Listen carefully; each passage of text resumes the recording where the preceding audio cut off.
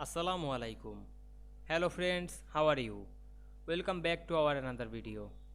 In this video I am going to show you how to change the contrast of a picture in Microsoft Word. Let's get started.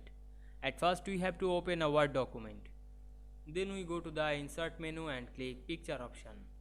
Then choose a picture on our file, then insert it. Now we can see here we insert a picture.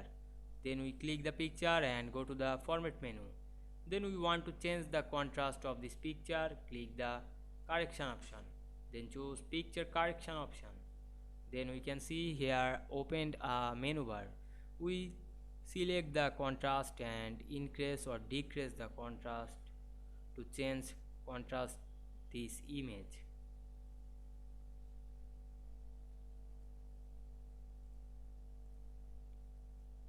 Now we can see here we change the contrast of this image very easily. I hope you enjoyed the video. Please like, comment, share and subscribe my YouTube channel. Thanks for watching.